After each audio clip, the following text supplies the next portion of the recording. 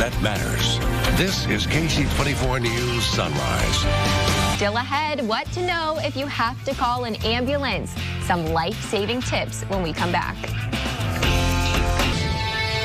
Welcome back. And safety matters as people are staying home more than ever. An emergency could happen in the comfort of your own home. There are some important things you should know to prepare for first responders.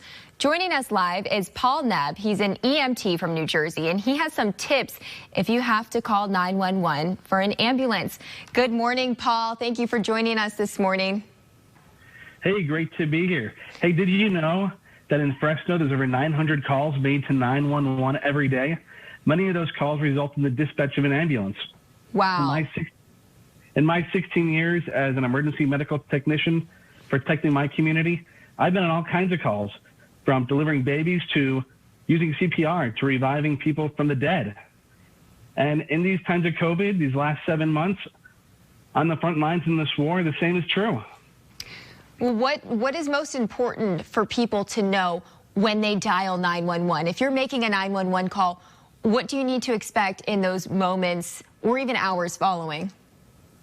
Well, the first mistake to avoid if you're going to call an ambulance is not calling soon enough, especially in the cases of a heart attack or stroke, where minutes can make the difference between life and death. So really, if you're feeling that urge, don't be afraid, call 911. Go to the hospital. The hospitals are safe even during these times.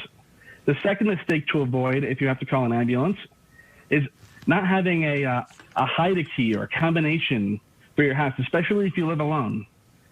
This happened to me just the other night. I was called out for a lady who fell and broke her shoulder. When I arrived on the scene, there was no way for me to get into the house. The only way, I had to use my shoulder, break in her front door. Now how unfair is that I would have to injure my shoulder in order to help her who achieved hers?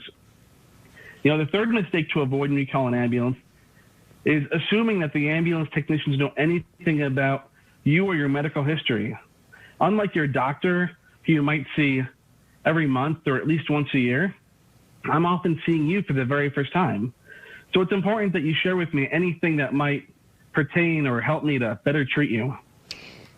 And the fourth mistake to avoid is not having a list of your medications, your allergies.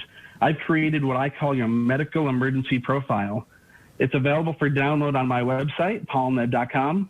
And I encourage you to fill it out, print multiple copies. It'll help ambulance technicians to treat you better, and especially if you're passed out or otherwise incapacitated.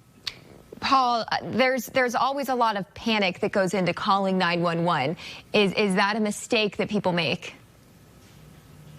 Hey, don't panic. You know, there's trained dispatchers on the other side of the phone. They're there to get you the help that you need.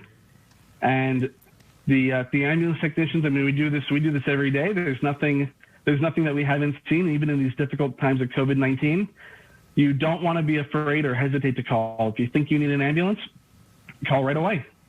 Wow. Well, we really appreciate your tips. I know COVID makes things more difficult for you guys this year. We appreciate all the work that you do. Stay safe out there.